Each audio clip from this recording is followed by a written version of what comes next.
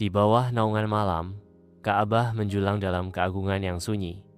Sebuah monumen abadi di tengah angin gurun yang berbisik. Obor menyala di halaman, menciptakan bayangan panjang menari-nari yang membisikkan kisah tentang kehormatan dan pengorbanan. Sebuah suara dari masa lalu bergema, menceritakan sejarah Ka'bah yang terlupakan. Dahulu, Ka'bah dijaga bukan oleh raja, tetapi oleh orang-orang yang menumpahkan darah demi kehormatan suku. Dari balkon rumah batu kunonya yang teduh, Zahroh memata-matai kakeknya, Adi Al-Mahzumi, yang membangkitkan semangat orang banyak dengan pidatonya yang berapi-api tentang kebanggaan Quraisy.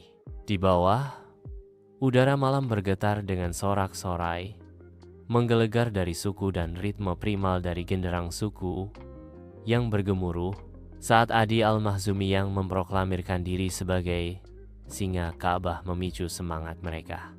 Kakekku Adi Al-Mahzumi disebut singa Ka'bah, tapi aku melihat seekor singa yang haus darah. Banyak orang-orang yang dikorbankan demi ambisinya. Aku tidak bisa melihat kekejaman ini lagi. Di jantung lorong kuil, Zahrah menyaksikan tindakan kekerasan brutal saat seorang pemuda dari suku lain secara diam-diam ditikam. Cahaya obor yang berkedip-kedip menciptakan bayangan menakutkan yang menari-nari dengan kenyataan suram koridor kuil. Satu nyawa lagi hilang demi menutupi aib kaum yang mengaku terhormat. Inikah yang dimaksud kata-kata singa Ka'bah yang dibanggakan oleh kakekku? Zahrah menyamar sebagai budak, duduk bersama para perempuan di pelataran Ka'bah, membakar dokumen utang di pot tanah liat, bersama suara api kecil dan bisik-bisik para perempuan budak. Zahrah berkata, Kalian bukan budak, kalian adalah cucu dari darah bangsawan yang mereka kubur dalam diam. Api kecil membakar dokumen utang, sebuah simbol rahasia yang terkubur dan identitas yang bangkit kembali.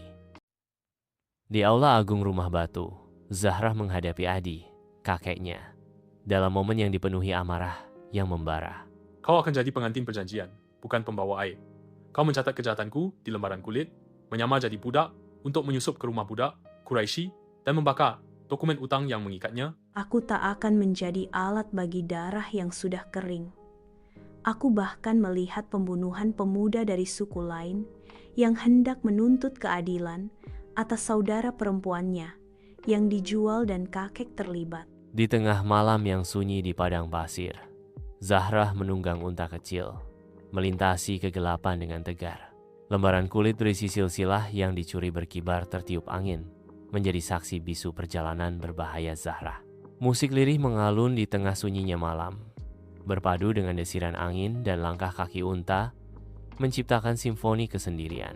Di bawah tatapan tenang rembulan, Zahrah mengukir perlawanan di atas batu dengan pena kayu, sementara Mekkah berkilau di kejauhan.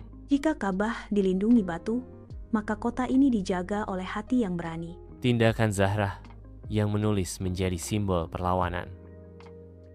Sebuah janji sunyi untuk membentuk kembali takdir dengan keteguhan yang tak tergoyahkan. Waktu terus bergulir di pelataran Ka'bah.